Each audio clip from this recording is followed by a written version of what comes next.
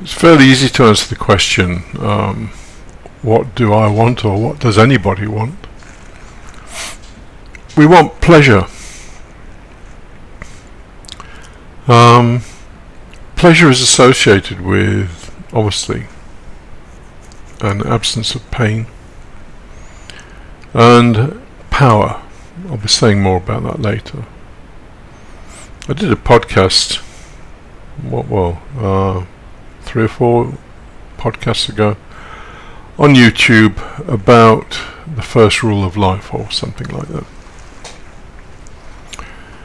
And it was all about power. So look at that one if you want some more context for it.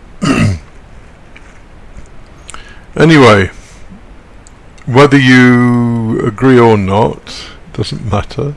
The fact is that you want to be free of pain. You want pleasure, permanent pleasure. If you have permanent pleasure, then what on earth could you possibly want other than that? Nothing. The causes for pain are fairly simple to understand. I've been through it many times. Your primary driver is the will to exist, or the desire to exist. If that is threatened in any kind of way, you feel pain. So if you lose your job, lose your partner, become ill, you'll experience pain. And we don't like pain, obviously. It's basically our survival mechanism telling us that we need to do something, otherwise we're going to be in trouble. So if you get stressed out because you've lost your job, then you will obviously go job hunting. It's just your survival drive in operation. It's very, very simple. What reinforces your existence will make you happy. What diminishes your existence will cause you pain. That's all that's ever going on. The reality of life is that we're on a slippery slope. It should be kind of obvious. Our power as we go through life, in an absolute sense, is diminishing. I mean, we may have, ups and downs. A nice up, let's say you have a big lottery win, or something like that. Be a nice big up. Better healthcare,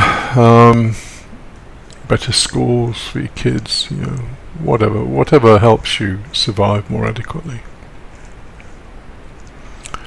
But ultimately, we're all on this slippery slope down to death. And we're all in denial about it. Which is why ultimately, from an ordinary perspective, from the perspective of survival, life is bound to be painful, because it's a downward slope, not an upward one. As we get older, we don't gain more power, we lose power. The number of years we've got to live diminishes, and so we lose power.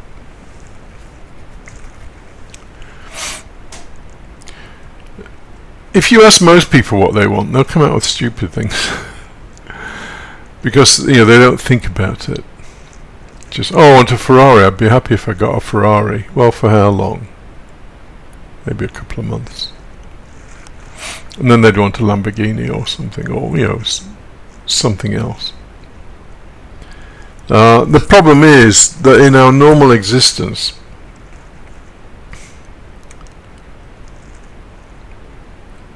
the striving for power, for existence, is insatiable. You can't satisfy it. If you've got $1 million, you want $10 million. If you've got $10 million, you want $100 million. If you've got a Ferrari, you'll want a Bugatti. That's why wealthy people, if they've got nothing going on up here, are typically very unhappy. If you're very wealthy, you can get the Ferrari, you can get the house with 25 bathrooms in, as Jeff Bezos has done. And then what you do?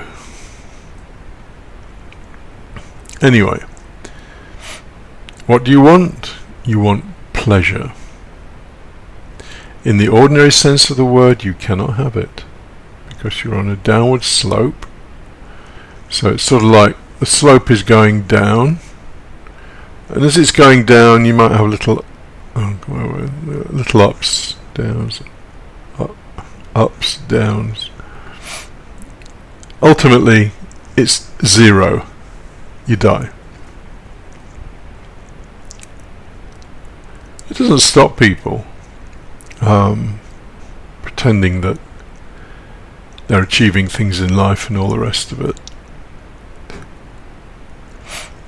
If you want a good treatment of how we deny death, then read Denial of Death by Ernest Becker. So, Naive wants to be a boss man, to be wealthy, to have endless sexual conquest. What is it about all of these things? It's the life force in you, what I've previously called the beast. It's a life force with its basically insatiable appetite for life. It just wants to live forever, and it can't. It doesn't stop it trying, though. The only thing that you should really want, and yeah, I know this is, well, you can turn off now if you don't want to hear about something that most people consider to be, fairly kind of dull, but it isn't. It's the only magical thing I know in this life. The only thing you should really want is to understand yourself and the world. If you understand those things, you become the master of it. Strangely enough. And so you're no longer like a dog waiting at a table for a scrap to drop off it. Yeah, it might be a nice big scrap like a Ferrari, or even a lottery win, but they're still scraps. And you don't control when they fall off the table. So the only thing you should really want is understanding of yourself and the world. So we've already talked about one bit of understanding. That is that your pleasure and your pain will be determined by whether you're surviving well or not surviving well, respectively. When you understand that, you understand a great deal. So next time you are feeling a bit miserable or whatever, then you just need to look at, well, why am I feeling miserable? Oh yeah, that person I fancied yesterday told me to go away or something. It's diminished my power. Understanding, if you get real understanding, it's like a solvent. You can pour it on your miseries and they tend to dissolve away, although there's a particular way you need to do that, which I'll get into in a moment. The reality of your life is that the world will always dish out pain to you. But one of the most profound insights of Spinoza was that by treating that pain in a certain way, we can derive pleasure from it. I'm not talking about masochism or anything like that. If you understand pain, you'll derive some pleasure from the understanding of it. But let me talk about this thing of understanding pain. Because almost everybody you know, and possibly you, are in the process of running away from pain, we go and sign up to any number of kind of silly spiritual or self-help things, all of which are about pretending that everything's okay. You will merge with the one.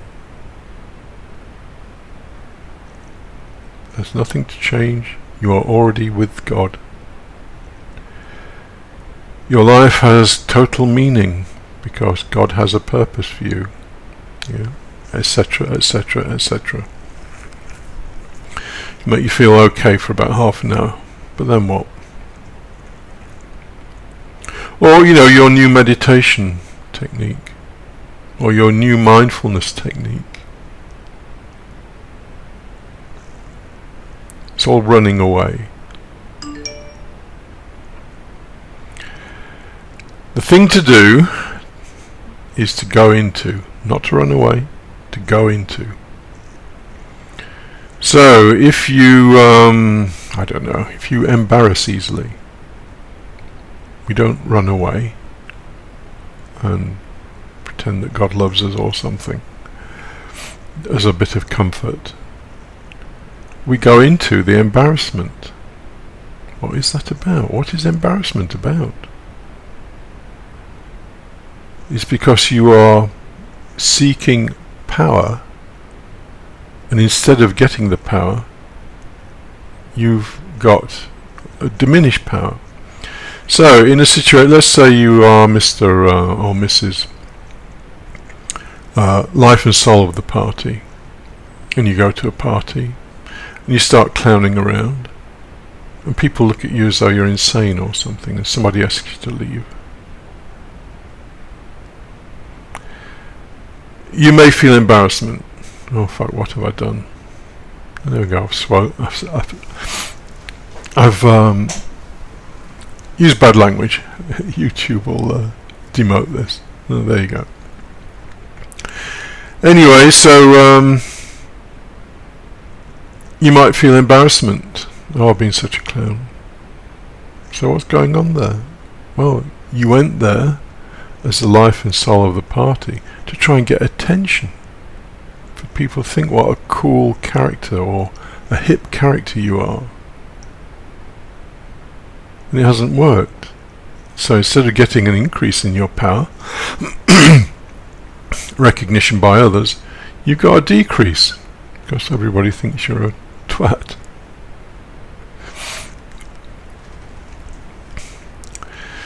So, as we come to understand these things, and understanding means we have an intellectual understanding, and we have what I would call a physical understanding of what's going on. As we develop that understanding, we become more powerful. And that power cannot be taken away from you.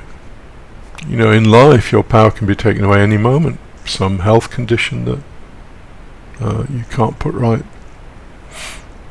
Some person that you care about walking out of your life, you can't control those things. But this power of understanding, is yours. You'll never lose it. So, what do you want? You want pleasure, and you want power. You can either be like a dog at the table waiting for scraps, or you can determine through your own knowledge and practice to develop your own power and your own pleasure. Remember, in its default state, life is going to disappoint you. It's going to dish out pain. Because you're always in a state of want. Want for more power. At a very simple level, you want food, you want sex, you want maybe recognition. Whether you get those things or not is up to you. It's not up to you in the main. So we are slaves of fortune. But if you determine that you want your own power, not power that's accidentally dished out because life's gone this way or that way, then you develop your own understanding. And understanding is both an understanding in your head, and an understanding through your emotions in your body. That's what Gurdjieff referred to as an understanding that comes through three centers working together. Anyway, you have a choice really. There are three choices. Choice number one is you do nothing, and you just hope that life dishes out a reasonable level of existence, and that you're not too unhappy. It's a bit like, I don't know, setting sail and hoping that the wind blows in the right direction. So that's it, you can do nothing. Number two, you can pursue any number of spiritual or self-help type things that will be focused on essentially running away from the pain. Or, number three, you can understand and go into the pain. As far as I'm concerned, only number three works. So, hopefully I've answered the question, what do you want? You want to be free of pain. You know, you might say, well, I want significance, I want purpose. That's all about power. Those are things that you think will give some power to you in your life. They won't. The only thing that will satisfy you is something that's your own understanding, your own power. The caveat to all of this is that hardly anyone at all will pursue that kind of path, because we're all looking for quick fixes.